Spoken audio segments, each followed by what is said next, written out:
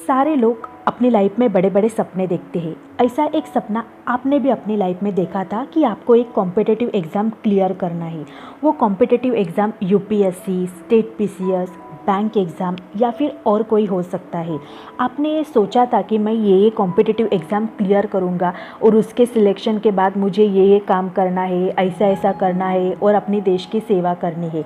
उस एक्साइटमेंट में आपने ये बात सारे लोगों को बता दी कि आपके फ्रेंड्स को और आपके रिलेटिव्स को कि आप इस कॉम्पिटिटिव एग्ज़ाम के लिए प्रिपेयर कर रहे हैं। उसके बाद पूरे दिन रात एक करके आप उस एग्ज़ाम के लिए पढ़ते हैं। जो भी स्ट्रैटेजी आप अप्लाई कर सकते हैं वो सारी चीज़ें आप करते हैं। जो भी आप पढ़ सकते हैं वो सारे आप पढ़ते हैं। और उसके बाद जब प्रीलिम्स का रिज़ल्ट आता है तो आपको ऐसे पता चलता है कि उसमें आपका रोल नंबर ही नहीं है। या फिर जब मेन या फिर इंटरव्यू की लिस्ट का रिज़ल्ट आता है तो आपको ये बात पता चलती है कि उसमें आपका रोल नंबर ही नहीं है। उस वक्त आपको बहुत बड़ा दर्द होता है। आपको ऐसे लगता है कि ये सारी पूरी दुनिया ही अब ख़त्म हो गई है। ये क्या हुआ मेरे साथ? मैंने दिन रात एक करके इस एग्ज़ाम के लिए पढ़ा था और इसमें मेरा सिलेक्शन ही नहीं हुआ।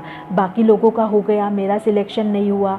अब लोग मेरे बारे में क्या कहेंगे? आप बहुत ज़्यादा उसके बारे में सोचने लगते हैं। आप निराश हो जाते हैं, दुखी हो जाते हैं, टेंशन लेने लगते हैं। ऊपर से जिन लोगों को आपने बताया था कि आप उस एग्ज़ाम के लिए प्रिपेयर कर रहे हैं, वो आपको सवाल पे सवाल पूछते हैं कि आपका सिलेक्शन हुआ या नहीं और आपको कोसते रहते हैं। इन सारी बातों का आपके दिल पर असर हो जाता है और आप बहुत बड़े निराश हो जाते हैं। लेकिन इससे आपको निराश होने की या फिर दुखी होने की कोई ज़रूरत नहीं है, क्योंकि अगर आप निराश या फिर दुखी हो गए तो उसकी तकलीफ़ सिर्फ आपको ही होगी। अगर फिर भी अभी आपके अटेम्प्ट्स आज बाकी है तो आप देखिए कि आपने कहाँ गलती की और उस गलती को सुधारने का प्रयास कीजिएगा और अपनी स्ट्रैटेजी को चेंज करके फिर से आप उस एग्ज़ाम को देना। आपका सिलेक्शन उसमें 100% हो जाएगा।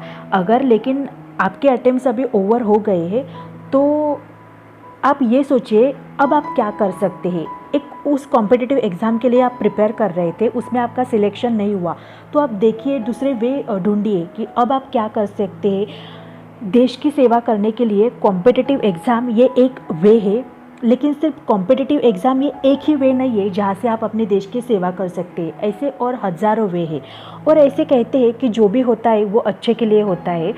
सो शायद वो एग्ज़ाम आपके लिए नहीं होगा, आपके लिए कोई और वे होगा। आप जब उसे ढूंढिए, आप टेंशन लेकर मत बैठिए कि ये मेरे साथ क्या हुआ, मैंने इतना पढ़ा था लेकिन फिर भी मेरा सिलेक्शन नहीं हुआ। क्योंकि अगर आप ये टेंशन करने लगे और उसी के बारे में अगर ज़्यादा सोचते रहे तो आप दूसरी चीज़ों में 100% फोकस या फिर कंसंट्रेशन नहीं कर पाएंगे और इसकी तकलीफ़ और लोगों को नहीं बल्कि आपको खुद को ही होगी।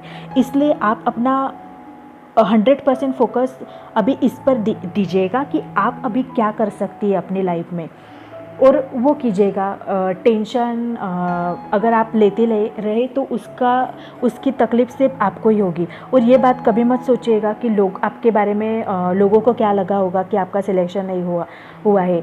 आप सिर्फ अपनी लाइफ पर ध्यान दीजिएगा कि आप अभी क्या कर सकते हैं। आज के वीडियो में बस इतना ही। अगर आपको ये वीडियो अच्छा लगा हो तो इस वीडियो को लाइक और इस चैनल को ज़रूर सब्सक्राइब कीजिएगा। मिलते हैं फिर से अगली वीडियो में, तब तक के लिए बाय बाय।